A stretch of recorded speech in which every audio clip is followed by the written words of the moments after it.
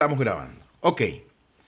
Vamos a hacer como... Vamos a ver qué es la reencarnación y cómo el judaísmo ve este concepto de lo que es Gilgul Neshamot, de lo que son las reencarnaciones.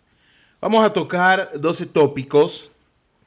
No vamos a terminar este shiur el día de hoy. ¿Por qué? Porque vamos a estar analizando un libro interesante que escribió el Rab Andra Ganillar, que se llama El secreto de las reencarnaciones, y vamos a tocar 12 puntos ahí.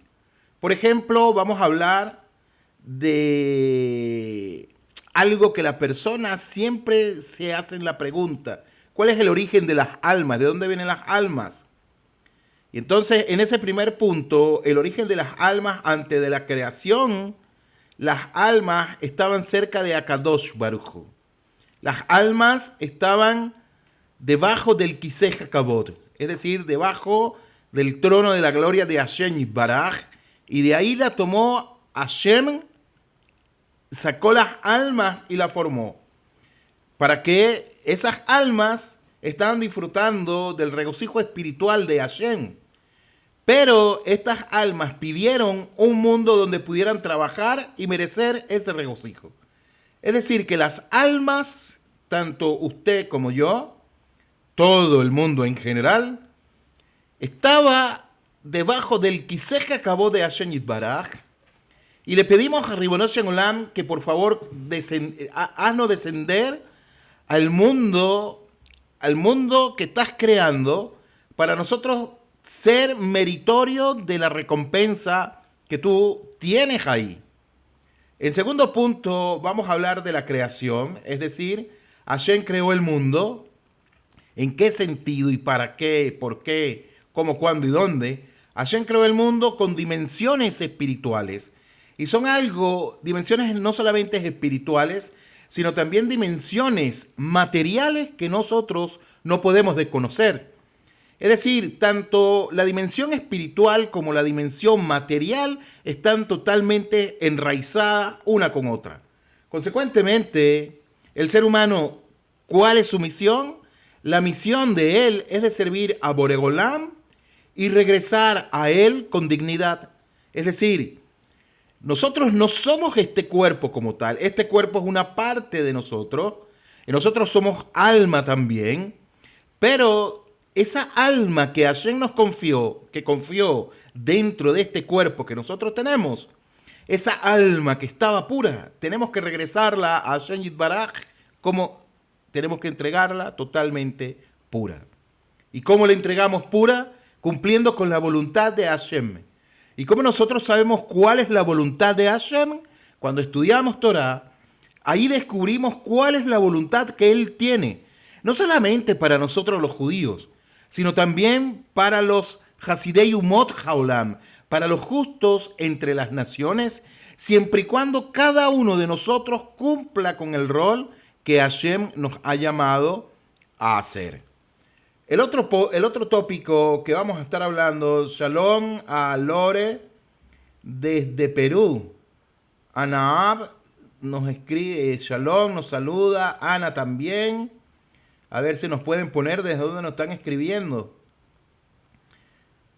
Gracias por conectarse, por estar con nosotros. El otro punto que vamos a estar viendo también es referente a lo que es la transgresión. De manera pedagógica, digo, lo que es el pecado y el tikkun, lo que es abonot, lo que son transgresiones, y lo que son tikkunim, lo que son las reparaciones. Desde Durango, México. ¡Ay, caramba! ¡Ay, garrotes! Desde México nos saludan. Pues sí, aquí tengo a mi esposa a mi lado y se ríe. Porque yo veo por las redes sociales, hay un mexicano que me gusta mucho verlo, y tiene algo de unos gaticos, y está el gato que se llama Garrotes. Entonces dice: ¡ay, Garrotes! Ya te conseguí, Garrotes. Y entonces me río mucho con eso. Me gusta ver muchas cosas de animalitos, de perritos, de gatos, Hay un español que le pone voces a los animales y me río, eso me distrae mucho, me gusta mucho. Bueno, entonces, Rabotai, como les decía, ese es el chiste del Shiur dice Rabbi Nachman Breslev, ese gran médico del alma, que tenemos todo lo que nosotros tenemos que hacer, tiene que haber alegría, tiene que haber sinjá en nosotros. ¿Por qué? Porque dice Rabbi Nachman que un espíritu, un alma que siempre está compungida, que está triste, no tiene shefamina shamayim, no tiene abundancia del cielo, no puede percibir lo que Hashem está haciendo sobre su vida. Y eso le pasó a Jacob Avinu, cuando perdió a su hijo, a Yosef. Él pensaba que estaba muerto. Dice que la Shejinah se fue de él y no profetizó más hasta que se reencontró con su amado hijo. Así dice. Entonces, bueno, como les decía, vamos a ver lo que son abonot, lo que son los pecados y los tikunim y la transgresión y las reparaciones. Consecuentemente, el Gilgul Neshamot, la reencarnación, es una oportunidad para reparar esos errores cometidos en vidas pasadas, como el daño causado por el pecado, por la transgresión de Adán y Javá. Vamos a ver en otro punto la misión de la vida. Cada persona, Rabotai Biamorai, cada persona tiene una misión especial, tiene una misión específica que puede descubrirse analizando esa persona, sus virtudes y sus defectos. También vamos a ver eso. ¿Cuál es la misión que yo tengo en este mundo? ¿Cómo reconocer mi misión? ¿Qué tengo que hacer? ¿Cómo tengo yo que trabajar para lograr yo ese tikkun de esa averá, de esa transgresión que se cometió, bien sea en vidas pasadas, bien sea causado por Adán Arishon, causado por Javá? Este no es el concepto cristiano de que hay un pecado natural que tenemos todos nosotros. No es así, pero es nuestra misión reparar lo que hizo Adán y lo que hizo Javá. Es nuestra misión también repararlo. ¿Y cómo lo vamos a hacer? Sabiendo, Rabotai de Amorai, cuál es la visión de la vida de cada uno de nosotros. ¿Cuál es esa visión que yo tengo que hacer? ¿Cuál es esa visión de vida? Lo cual cada persona tiene una misión específica que puede descubrirse de qué manera, analizando sus virtudes y analizando sus defectos también. El otro punto que es muy interesante, Rabotai, es referente al libre albedrío, que se conoce como Bejirá Hopshi, libre albedrío que cada uno de nosotros tenemos. Consecuentemente, en este punto, las personas tienen la libertad de decidir si ellos cumplen o no con su misión, aunque son guiados a situaciones que les permiten reparar sus errores. Vamos a verlo también. Vamos a ver en otro punto la reencarnación como una oportunidad para la rectificación. Y esto es muestra de la misericordia de Akadosh Baruj Hu, permitiendo a las almas regresar y perfeccionarse espiritualmente. Por eso nosotros los que creemos en el Gilgul Neshamot, lo que creemos en la transmigración de las almas, lo que creemos en la reencarnación como tal, no vemos esto como un castigo, sino lo vemos como una oportunidad que Hashem Yitbaraj nos está dando una vez más para nosotros poder corregir, para nosotros poder hacer ese tikkun. El otro punto, son 12 puntos que vamos a ver, estamos en el número 7, es la relación con la Torah. Aunque no está mencionado, o sea, la relación en la Torah, que si el Gilgul Neshamot aparece en la Torah o no aparece en la Torah. Si la Torah nos menciona a nosotros lo que es la reencarnación o no nos lo menciona. Y aunque no está mencionado explícitamente en la Torah la reencarnación, el Gilgul Neshamot está insinuado, el Gilgul Neshamot está insinuado en varios pesukim y forman parte de la mística judía. Todos sabemos en el judaísmo, y seguramente algunos de ustedes también lo saben, que cuando uno estudia la Torá, uno lo estudia bajo 4 niveles interpretativos que tiene el acróstico de Pardés. Ese Pardés nosotros lo descomponemos y es Peshá, Drash,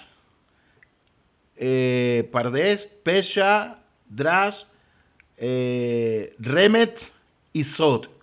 Vamos a ver en ese sentido, en el sentido de Sod, qué nos enseña la Torá referente al Gilgul Neshamot, basado en algunos pesukim de la Torá.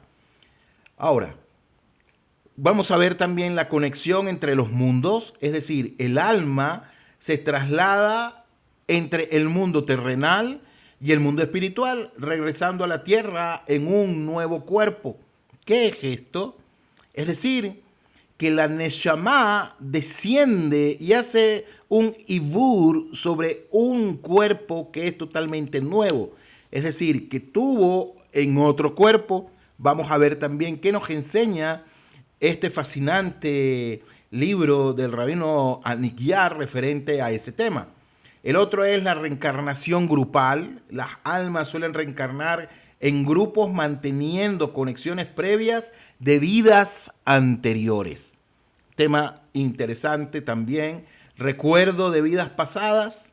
Algunas personas pueden recordar sus vidas anteriores, ya sea espontánea o mediante técnicas con la regresión hipnótica.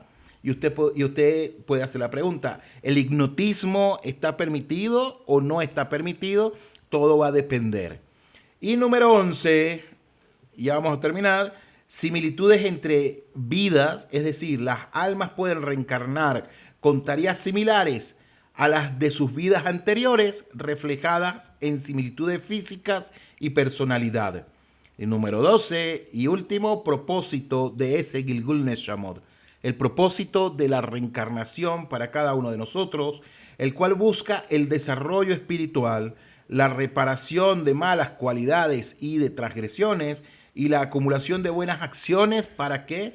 Para alcanzar la perfección y disfrutar de la presencia divina en el mundo venidero.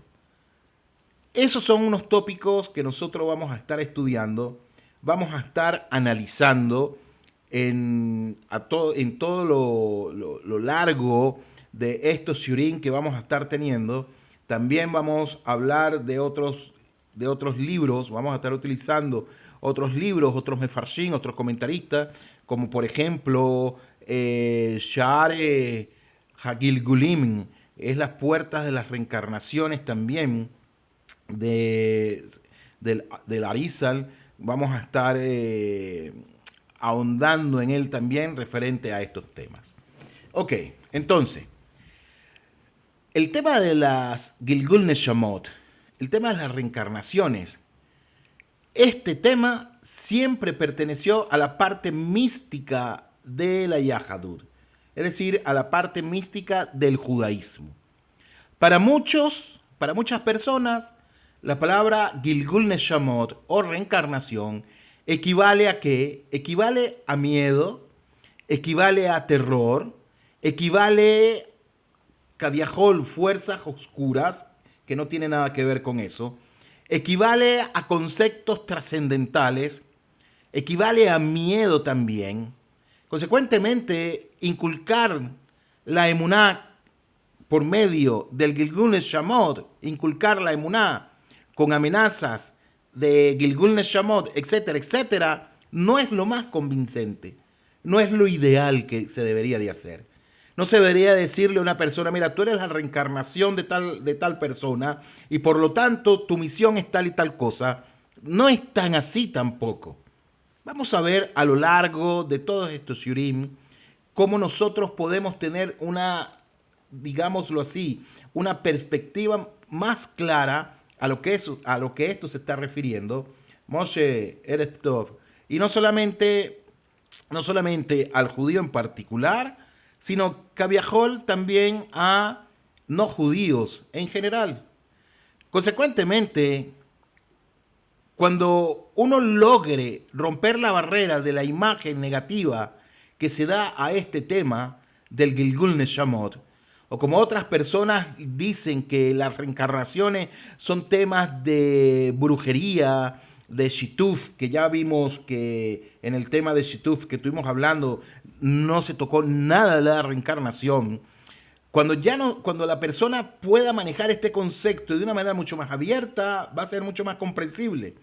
Quiero decirles también, no todos en el judaísmo creen en el Gilgul Neshamot. No todos en el judaísmo creen en las reencarnaciones.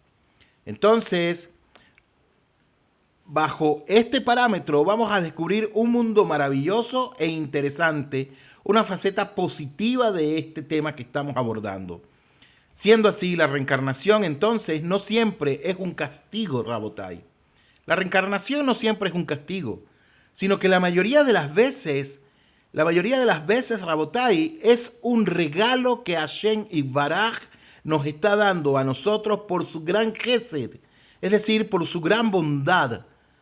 ¿Por qué? Porque Hashem nos está dando la oportunidad de regresar a este mundo, a este plano espiritual y reparar lo que no pudimos hacer en una vida pasada.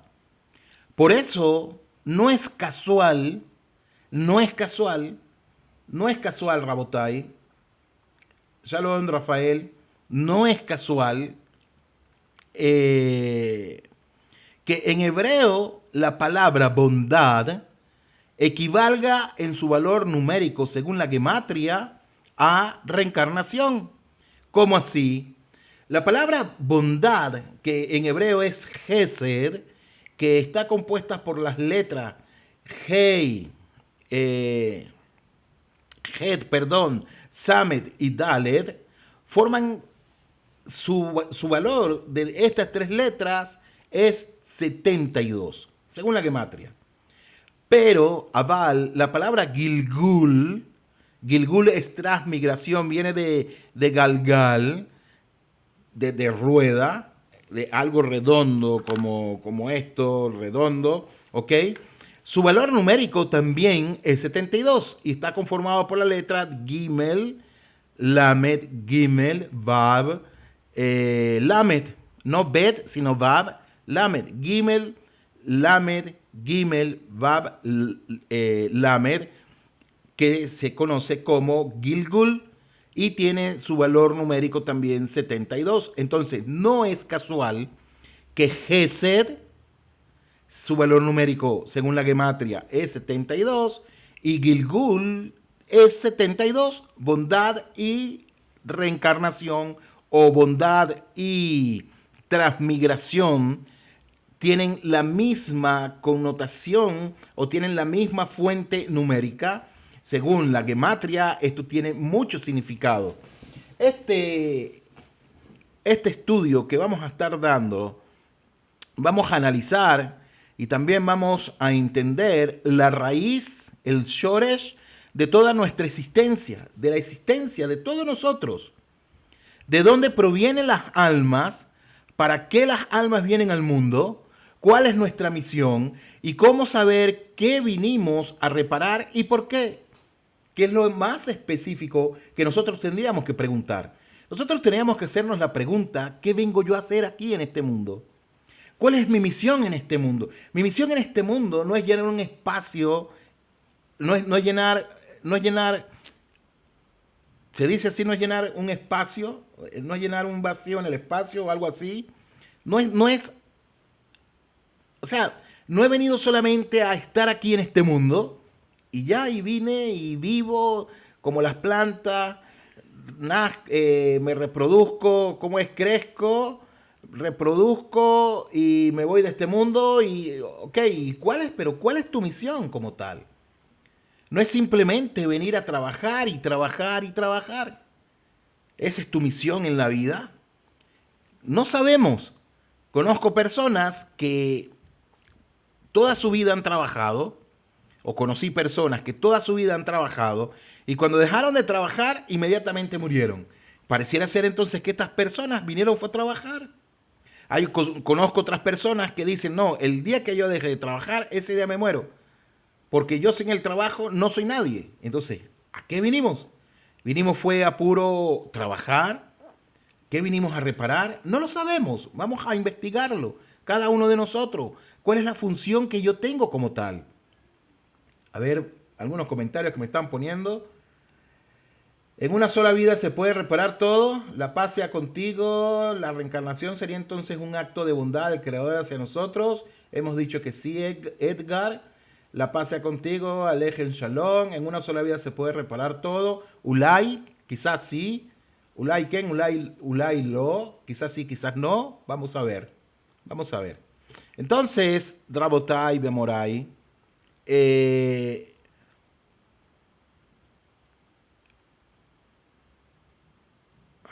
Un momento. Entonces, Rabotai, con la ayuda de Hashem y Baraj, vamos a estudiar también capítulos muy interesantes sobre quién reencarnó en quién a lo largo de la historia de la Torá. A lo largo de la historia de la Torá vamos a estudiar también quién reencarnó en quién. Quién fue el Gilgul Neshamot de cada uno de los personajes que nosotros vemos en la historia de la Torá. En esos Ma'asim Haemet, en esos hechos de verdad que nosotros conseguimos en la Torá y que no son fábulas, no son cuentos, sino historias verídicas. Vamos a ver cómo algunos personajes se relacionan con otros anteriores y qué vinieron ellos a rectificar, qué vinieron ellos a reparar. Consecuentemente, para que entendamos mejor la historia, los hechos que nos narra la Torá, es importante también que nosotros profundicemos en eso.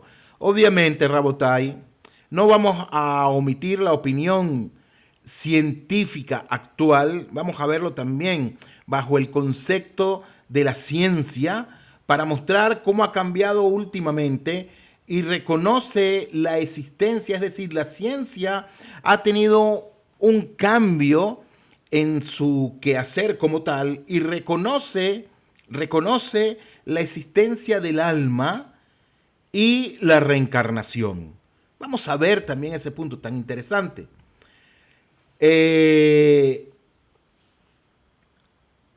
Un momento. Eso es como preámbulo para el estudio que vamos a hacer. Bueno, anteriormente les dije que la Torá nosotros la estudiamos bajo 4 niveles interpretativos que se conoce como Pardés. Lo conocemos así. Para nosotros ahondar en este estudio, tenemos que comprender un poco, saber un poco, qué es este acróstico de Pardés. Porque decimos que el acróstico es Peshat, Remet, Drash, Sod y Bejule, y ya está. Y se quedó bien así. Nosotros lo sabemos, pero hay otras personas que no lo saben. Entonces es necesario que ahondemos un poquitico en ellos. Peshat, que es el primer nivel que nosotros estudiamos la Torá, se refiere al estudio literal de los Pesukim. A conocer, por ejemplo, la historia, las leyes y las recomendaciones que nos da la Torá tal como está escrito. Ejemplo, Bereshit bara Elohim et hashamayim ve'et haaretz. En el principio creó Dios los cielos y la tierra. Ese es el nivel Peshat. Ese es el nivel literal. Pero a ese nivel literal nosotros podemos estudiarlo bajo Remetz, bajo Drash, bajo Sod, y vamos a conseguir una gran cantidad de perlas, una gran cantidad de enseñanzas. Entonces, el segundo nivel es Remetz, que es el estudio de la Torá, que permite ir descubriendo las insinuaciones escondidas en la Torá. Por ejemplo, con el salteo de letras con el valor numérico de palabras. ¿A qué se refiere eso? Sencillo, Rabotai. Ahorita se lo explico. Vamos a desarrollar y les explico. El salteo de letras con el valor numérico de palabras o en letras que aparentemente faltan o están de más para hallar así un mundo de mensajes y profecías ocultas. ¿A qué se refiere esto? Por ejemplo, Se me ocurre aquí un ejemplo. Aquí tengo en mi mano uno de los tomos del Likutei Moharan, que es el libro de punta, de lanza, digámoslo así, que estudiamos todos los Hasidim de Breslev. Y por decirles algo aquí interesante. Hay algo interesante aquí en el libro, si me permiten un momento se los busco. Un momento.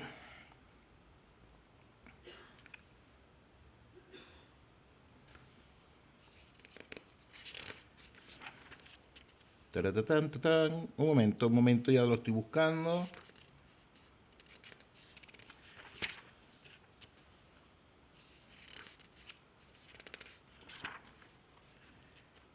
Aquí en el Likutei Moharan, para ir hablando mientras lo consigo, en el Likutei Moharan nos habla que en los primeros psukim de la Torá hay una cantidad de palabras, y esas cantidades de palabras refieren a un acontecimiento referente a lo que es la creación que hizo Akadosh Baruj Hu. Aquí lo tengo, dice así. Dice de la siguiente manera. Un momento. Aquí estoy, aquí estoy. Ok, dice así. Por ejemplo, para que ustedes vean lo que les quiero decir.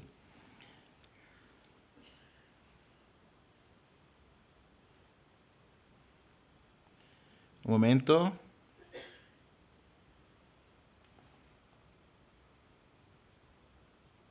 Ok, fíjense ustedes. Rabbi Nachman utiliza lo que es no solamente el remet de lo que es la Torá, sino que va a un punto mucho más profundo, que viajó de lo que es el Sod también, el Sod, y dice así, en el Likutei Moharan 19.7, dice, y esto es, estuvo bien su corazón. Bien no es otra cosa que la luz, como está escrita en Bereshit 1.4, que dice, entonces Hashem vio que la luz era buena. Por lo tanto, él comió y bebió y estuvo bien su corazón. Su comer y su beber provienen de un brillo y de una iluminación de las letras de los 32 Elohim contenidos en el alimento que él ingirió. Pero lo que llama la atención de esto es lo siguiente. Dice así, que leí otra que no era, estaba un poquito más arriba. Dice así, esto estuvo bien su lev, su corazón. Alude a la iluminación de las lev, de las 32 veces que aparece el santo nombre Elohim en el acto de la creación que está en cada cosa. Los Mefarshim al Rabbi Nachman dice lo siguiente. El primer capítulo de Bereshit, en el relato de la creación, y seguramente ustedes no lo habían visto, y lo vamos a ver hoy, por poner un ejemplo de lo que es referente a los niveles interpretativos de la Torá. Por ningún lado la Torá nos habla a nosotros de que hay 32 Elohim. No nos habla de eso, 32 Elohim. No nos metamos a profundidad porque no quiero explicar el Likutei Moharan. Najón, no quiero explicarlo. Dejémoslo hasta aquí. No pensemos que es que son 32 dioses. No. Hasbe Shalom lo aleinu. No se está refiriendo a eso. Dice, en el primer capítulo del Sefer Bereshit, en el relato de la creación, el nombre de Hashem Elohim, aparece Elohim, aparece 32 veces. Y esto es conocido en la terminología de la Kabbalah como los 32 Elohim del acto de la creación. Debido a que toda la existencia fue creada en esos 6 días, esta divinidad se encuentra en todas las cosas del mundo. A partir de la enseñanza del Ari, aprendemos que los 32 Elohim están compuestos por las 22 letras del Aleph Bet, más las 10 Sefirot, con lo cual se creó también el mundo. Dejémoslo hasta ahí. Es muy profundo el comentario. El Likutei Moharan es muy profundo también, pero es un ejemplo que le estoy dando. Ahora, si nosotros agarramos Permítame un momento porque me gusta dar las bases y los ejemplos. Permítame un momento.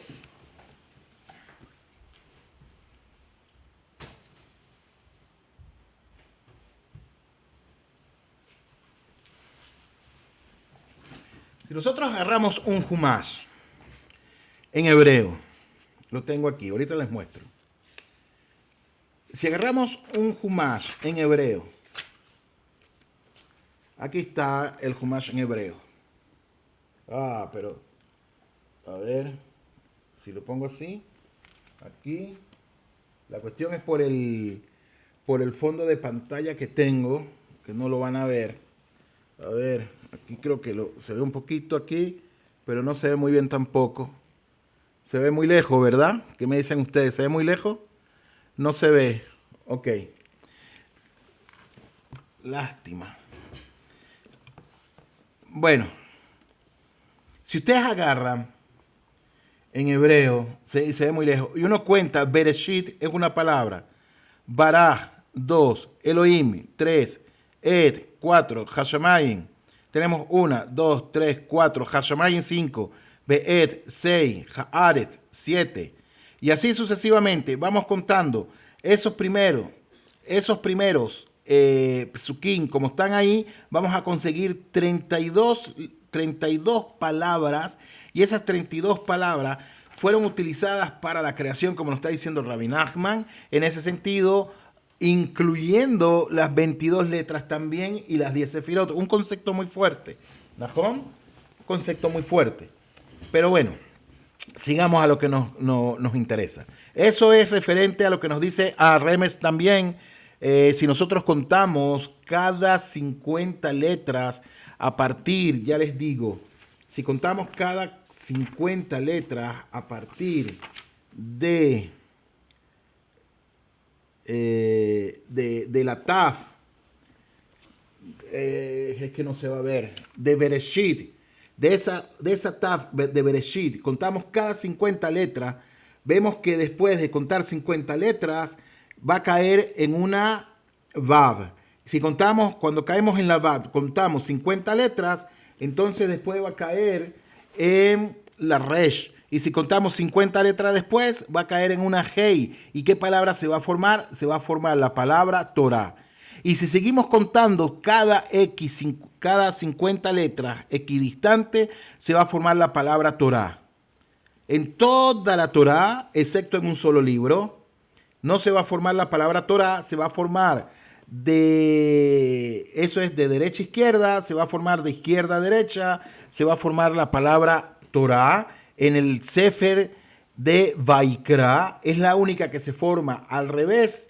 Y luego cuando contamos, después del Sefer Vaikra, contamos normal, se vuelve a contar 50 equidistantes letras, se vuelve a formar la palabra Torah, al libro que le sigue se vuelve a formar la palabra Torah. Entonces por aquí tenemos Torah, de arriba hacia abajo, de arriba hacia abajo, Torah de abajo hacia arriba, Torah de arriba hacia abajo, de arriba hacia abajo. ¿Qué nos está diciendo eso? Que todo el yesod, todo el fundamento de la Torah está inclinado o está haciendo o mostrándonos a nosotros el Sefer Vaikra. ¿Por qué es así? Porque es que el comentarista clásico de la Torah, Rashi, nos dice que la Torah no debe haber comenzado por el Sefer Bereshit.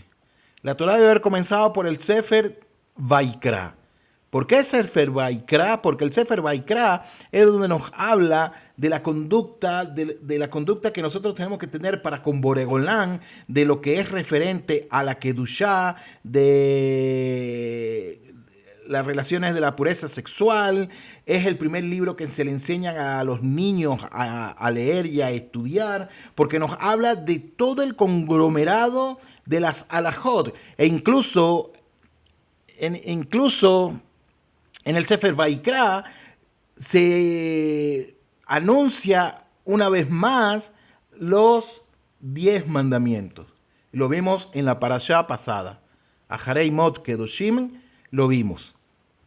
Y se vio, pero de una manera distinta. Se vio, no, se vio cuando se cuando se está hablando nuevamente de los 10 mandamientos, se está hablando, pero de una manera directa, que los hijos de Israel tenían que cumplir sin que quedara en ellos ningún tipo de dudas. Es interesante.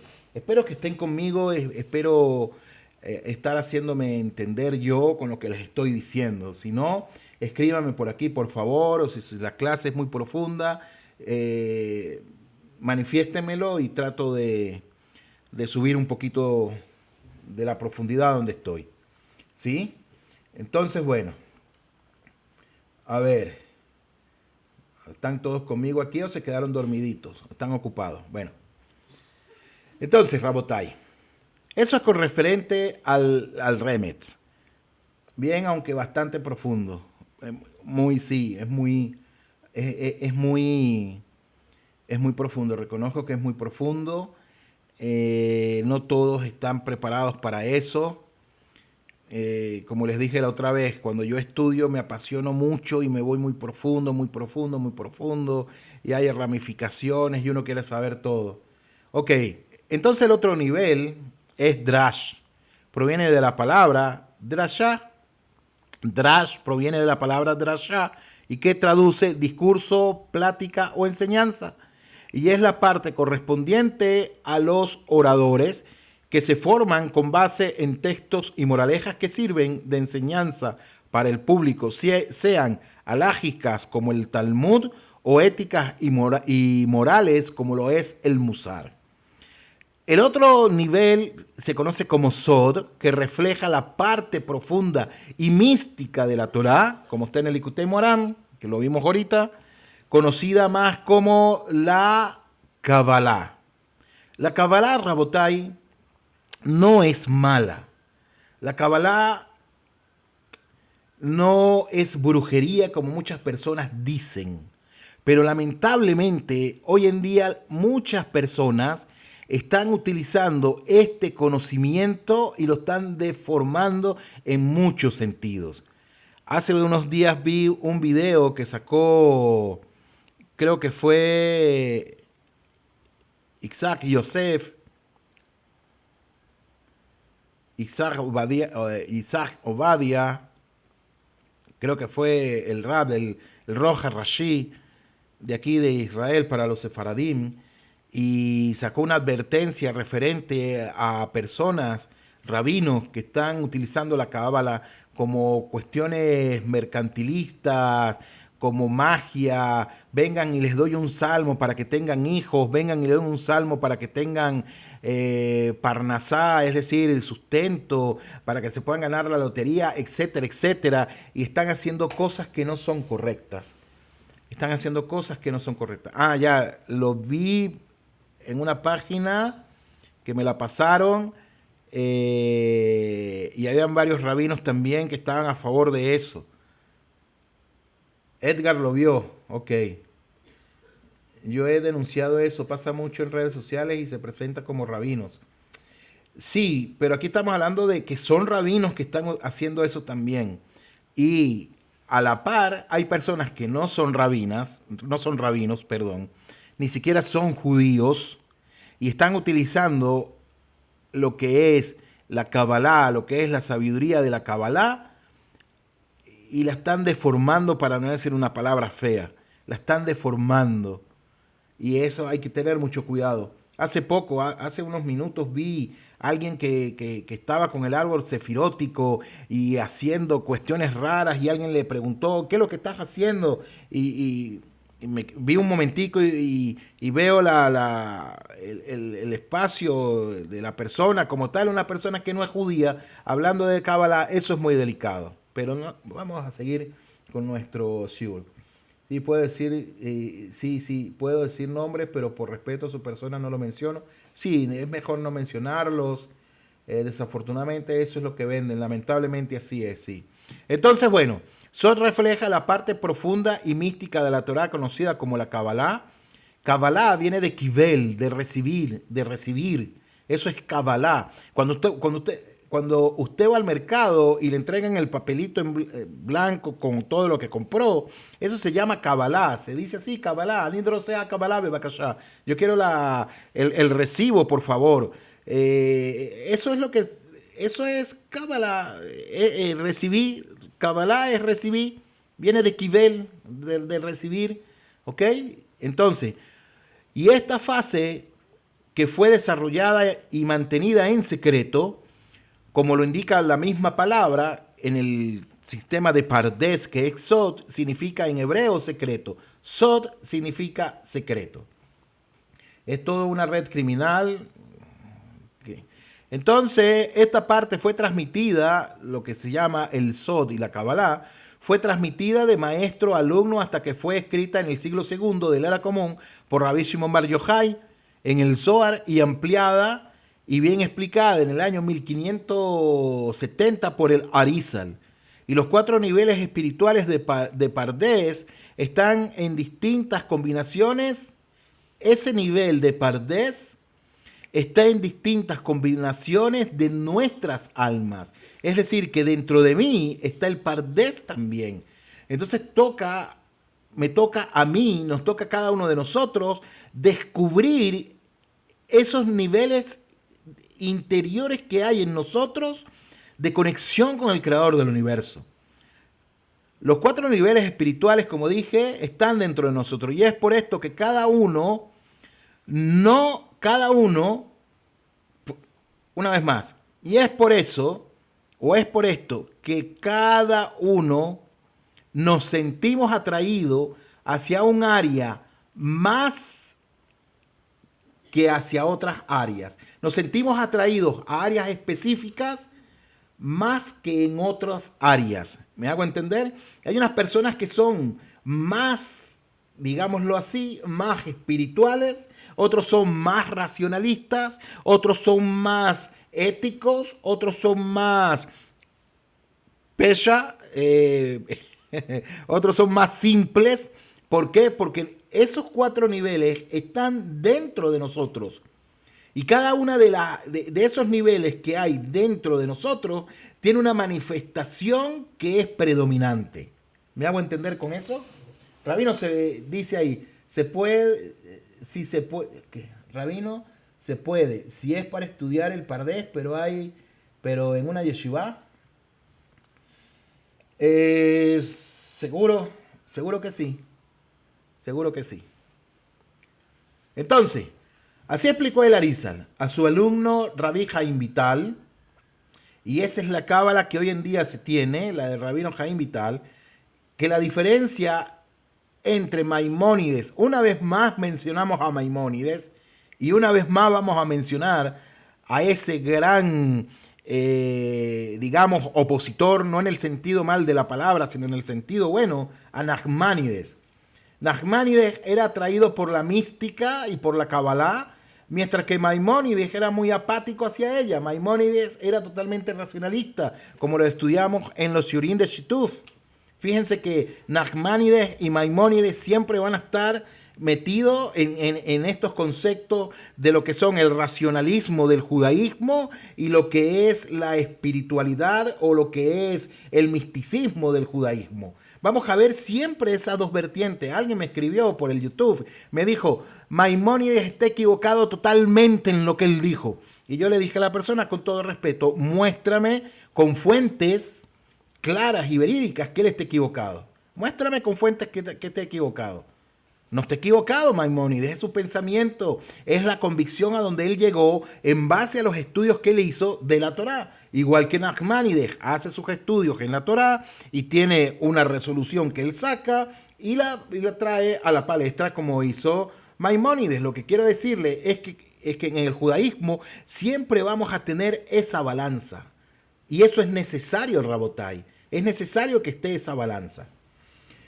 Rabino, disculpe, ¿usted puede explicar qué quiere decir con que unos son más espirituales y otros más racionalistas? Ya lo expliqué, como el Rambán. Como el Rambán. El Rambán es muy racionalista. El Rambán, incluso los misbot, que son jukim, esos misbot que no tienen explicación, digámoslo así, racional, el Rambán los explica de una manera totalmente racional. Nahum, por ejemplo, esos misbot, digamos, ¿por qué no se debe combinar lino y lana, que se llama shanes? ¿Por qué no? La Torah no nos dice, simplemente nos dice que no se debe combinar, pero no nos dice el por qué. O la paraduma. ¿Cómo es que la paraduma purifica a unos y contamina a uno? Purifica a unos, a muchos, pero contamina a uno. Entonces, ¿cómo algo que contamina purifica a la vez? ¿Cómo es eso? No lo entendemos. El Rambam, Maimónides, en su raciocinio, él lo explica. Él lo explica en su raciocinio. Nachmanides es más místico y él lo explica de otra manera. Y entonces en eso ahí está la respuesta. Unos son más espirituales y otros son más racionalistas. En el judaísmo es así. Y hay pelea por eso, hay divisiones por eso, en ningún sentido. En ningún sentido. Ok, seguimos. El motivo de la diferencia entre ellos, entre Nachmanides y Maimónides, proviene de la combinación, ¿de dónde? De la combinación de de sus respectivas almas. Es decir, la parte de su Neshama que domina en ellos. Y este es el motivo de que uno de ellos haya sido atraído por el Sod, por el secreto, y el otro no haya sido llamado a la parte del Sod, del secreto, como lo vamos a ver más adelante.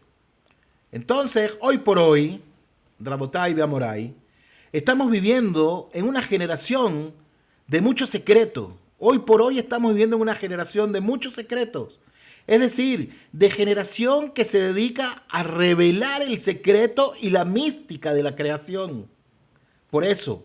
Pero muchos están utilizando, digamos, un foco totalmente que es incorrecto.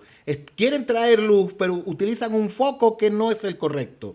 Y más aún cuando personas, con todo respeto, sin ánimos de ofender a nadie, cuando personas no judías se meten en este campo sin conocer todo lo que está detrás del Pardés, de lo que está de la Kabbalah, de lo que está la Torah, Torah Shebitá, Torah Shebealpé, Jukim, Mishpatim, Bejule, no saben nada de eso. ¿Cómo pretenden saber ciertos aspectos que son en profundidad mucho más fuertes, Rabotai? Ejemplo está lo que les dije del Likutei Moran de Rabbi Nachman. Hablar de los 32 Elohim. ¿Qué es eso de hablar de los 32 Elohim? O sea que hay 32 dioses. No, Hasbe Shalom. No es así. No hay. Primero tenemos que entender que la palabra Elohim traduce jueces, no dioses. Hay momentos en que se utiliza en singular, momentos en que se utiliza en plural, y es una palabra en hebreo que está en plural, Elohim. ¿Najón? Como, por ejemplo, nosotros decimos Shamaim. Shamaim es una palabra en hebreo que está en plural, pero lo decimos que en singular también. Pero cuando nosotros analizamos, hay varios cielos. ¿Me hago entender con lo que estoy diciendo, Rabotai? Y eso que no han mencionado lo de los diversos castigos por hacer eso sin ser judío. Najón. Entonces, Rabotai Biamorai, en su lado terrenal se refleja en todos los descubrimientos. Es decir, que este Sod, este secreto y este avance de la tecnología que va de una manera aceleradísima. Ahora tenemos la inteligencia artificial que ya piensa por nosotros, etcétera. La tecnología se va de una manera exorbitante, muy rápida. Eso es, digámoslo, en su lado terrenal de lo que es el Sod, se está reflejando en todos los descubrimientos tecnológicos, en todos los secretos ocultos en la naturaleza que han sido revelados y aprovechados en las últimas décadas.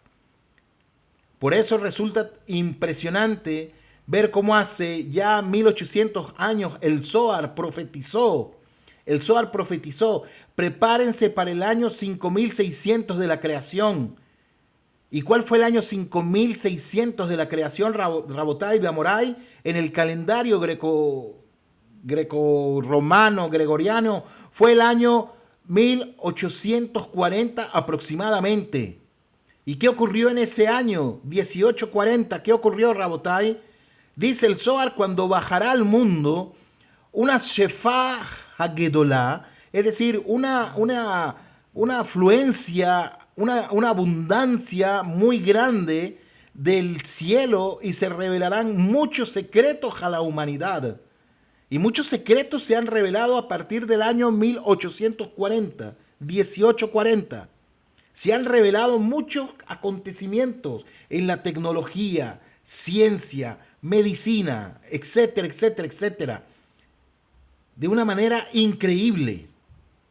Y eso es lo que estamos viviendo nosotros delante de nuestros ojos. Consecuentemente, Rabotai Amorai, consecuentemente, si nos ponemos a analizar en esas fechas, fue que comenzaron los grandes descubrimientos en todas las áreas, como dije, de la ciencia. Por ejemplo, el telégrafo en el año 1837 por Shmuel Morse. La dinamita en el año 1867 por Alfred Nobel. El teléfono en el año 1876 por Alexander Graham Bell. ¿Qué tenemos? La electricidad en el año 1892 por Nicolás Tesla. El fonógrafo, 1877 por Thomas Alva Edison. La vacuna contra la viruela, 1877 por Louis Pasteur. ¿Qué otra cosa tenemos? La máquina de escribir, 1869 por Christopher Scholes y Carl Leiden. La radio en el 1886 por Henry Hertz, la mayoría de ellos judíos. Los yacimientos petroleros en el año 1859 por Edwin Drake. También el mundo, Rabotai, místico, el mundo espiritual, tuvo un apogeo, tuvo un crecimiento de una manera increíble, tanto en el aspecto positivo de la Yahadut, es decir, de la religión. ¿Con quién? Con los alumnos del Baal Shem Tov en la Hasidut, y grandes Mekubalim, es decir, grandes cabalistas que vivieron en las últimas décadas. Y así como en el aspecto negativo, con el surgimiento de centros y sectas cabalísticas que da un mal uso y una mala interpretación a toda la parte sagrada de la Kabbalah. Y eso lo estamos viviendo delante de nuestros ojos. ¿Y cuándo lo profetizó el Zohar? ¿Cuándo el Zohar habló de eso? ¿Cuándo lo dijo? Aquí escribieron, en el año 5600, en el año 1840. Y hoy, delante de nuestros ojos, estamos viendo gran cantidad de fanfarrones, personas no judías, judíos también, utilizando la Kabbalah de una manera totalmente degradante. Increíble, Rabotai. Esto provoca hoy en día, entonces, que muchos rabinos eviten escribir, hablar o enseñar partes hermosas del Zohar.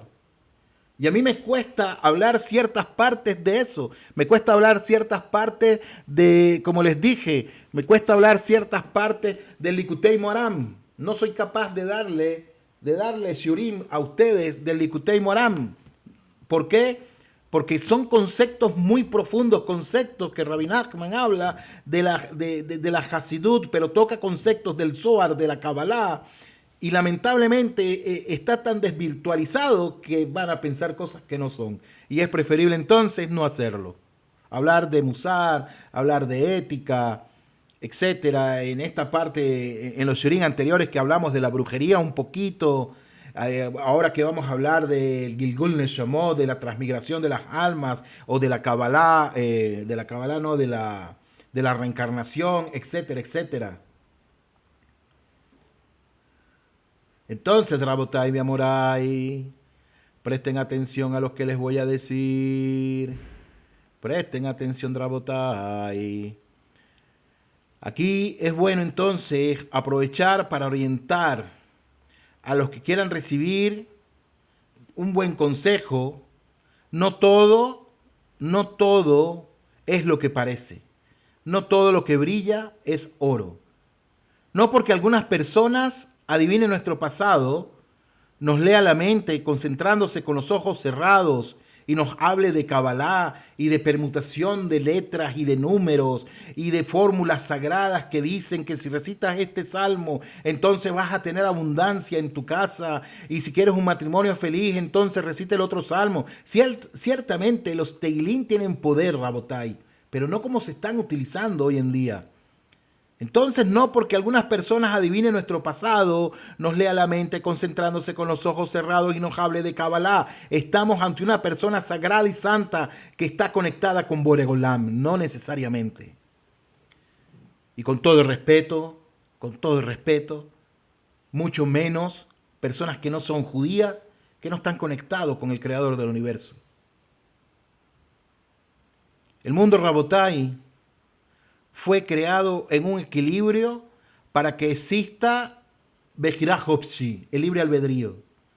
También se dio Koach, se dio fuerza, se dio poder a las fuerzas negativas. También se dio. Lo vimos en los Shiurim de Shituf. Y aparentemente uno podría alcanzar los mismos resultados con la Kedushá o con la magia negra, o la magia blanca, o la magia rosada, o la magia tricolor, no sé cómo ustedes quieran verlo. Sin embargo, la primera, Rabotai, la fuerza de la Kedushá, está permitida. Y la segunda, como vimos, está totalmente asur, totalmente prohibido. Lamentablemente, la gente, por curiosidad y desesperación o problemas personales, acude con quien sea con tal de que les digan algo y no entienden el daño que acarrea usar el lado negativo de la fuerza. Digámoslo así, como en las guerras de la galaxia, ¿se acuerdan? Por tanto, eviten, Rabotai, ustedes calificar o catalogar por anticipado a las personas y a las instituciones. Consulten siempre si pueden hacerlo con rabinos calificados, desinteresados y reconocidos. Rabinos que sean realmente rabinos, que sean reconocidos, que tengan su semijá, la mía está por allá atrás pegada, por si alguna persona dice, bueno, ¿y tú quién eres? ¿Y dónde está? Está allá atrás. Y por supuesto quienes ellos le podrán aconsejarles.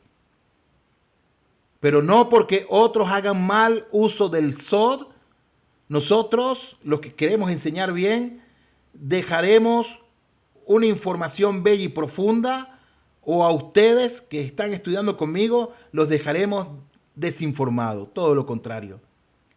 Tenemos que enseñar, aprender a enseñar, aprender a ser pedagogos, aprender a aprender. Por consiguiente, entonces, Rabotai, naveguemos juntos en este océano de conceptos místicos bien centrados en el lado cabiajol bueno, desarrollando y satisfaciendo la parte del Sod que hay en todo y cada uno de nosotros para descubrir qué enseña el judaísmo referente a la reencarnación. No vamos a hablar de si existe o no existe. Es un concepto que está latente en el judaísmo. Una cosa es que unos crean y otra cosa es que otros no crean. Pero la misma Torá nos va a traer un yesod, nos va a traer un fundamento con varios episodios y vamos a poder entender la Torá desde otro punto de vista. Vamos a decir, wow, realmente la Torá fue dada mina shamayim, sin discusión alguna. Y una cosa, Rabotai, una cosa nos asegura el autor del libro, después de leer y después de analizar, después de estudiar este libro que escribió Rabbi Amram Anikyar, Hashem le dé buenos largos años de vida, el mundo entonces tendrá para nosotros otro color y va a tener otro enfoque. Vamos a vivir y vamos a ver la vida totalmente distinto. Será un color alegre y un mundo con significado, con metas y misión claras para nosotros. Así que entonces, Rabotai, los invito a ustedes a que nos pongamos los lentes del infrasod y salgamos a conocer el mundo magnífico que Hashem tiene para nosotros. ¿Cuál es la misión que yo tengo en este mundo?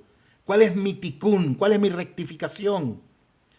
Seguramente el mundo de la espiritualidad que se oculta detrás de todo lo físico y mundano que nosotros no podemos ver. Lo que yo les leí del Likutei Moharan, de Rabbi Nachman, él está hablando, para hablar un poquito más de Rabbi Nachman, que es mi rebe, Rabbi Nachman ahí nos está hablando de la fuerza, del koach que uno tiene cuando uno dice la bendición, cuando uno dice la barajá, después que uno va a comer, antes de comer, después que uno come, la fuerza de esa bendición. Y Rabbi Nachman nos dice en esta parte del Likutei Moharan, nos habla de que cada uno de los sabores, cada uno de los alimentos que nosotros ingerimos, tiene una fuerza por las letras de las cuales ellas están creadas, que es la que nos da el sabor por medio de esas letras. Y lo explica, pero no se lo puedo explicar a ustedes en este momento. No es porque yo sea malito, porque no lo soy, Hasbe Shalom lo aleinu, sino que hay conceptos que son muy, pero muy profundos de Rabotai, que creo que en este momento para ustedes no es lo más adecuado.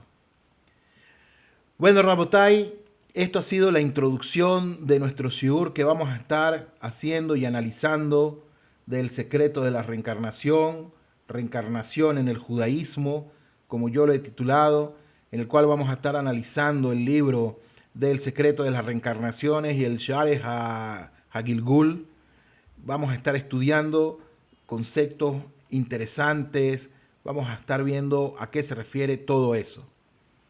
Sin más que decir, Rabotai, Beamorai, que tengan una linda semana. Comenzamos una semana, todo lo mejor para ustedes.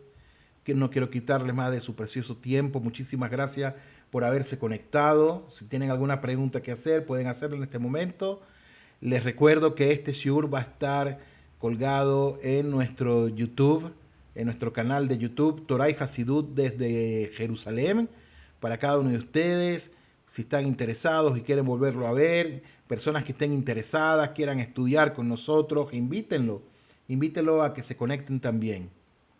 A ver, alguien tiene una pregunta. Esto no se trata de sentimientos. Abrazo grande, querido Rab. Jorge, todo lo mejor para ti. Me gusta toda la energía que le puso a la introducción. Muchísimas gracias. El conocimiento es más fructífero si amas a Hashem y quieres hacer su voluntad. Caviajol. ¿Cómo aprender a usar si mi corazón está lejos? Aprendiendo. Debemos aprender a aprender. A ver, ¿qué más? ¿La reencarnación es gratis? ¿Cómo? ¿Que si yo la estoy dando a ustedes la clase gratis? ¿O la reencarnación en el concepto como tal es gratis para nosotros? Moshe. La reencarnación en el judaísmo es parte del judaísmo. Eso podemos concluirlo. Sí, seguro. La reencarnación en el judaísmo es parte del judaísmo. Así es. Es un concepto dentro del judaísmo.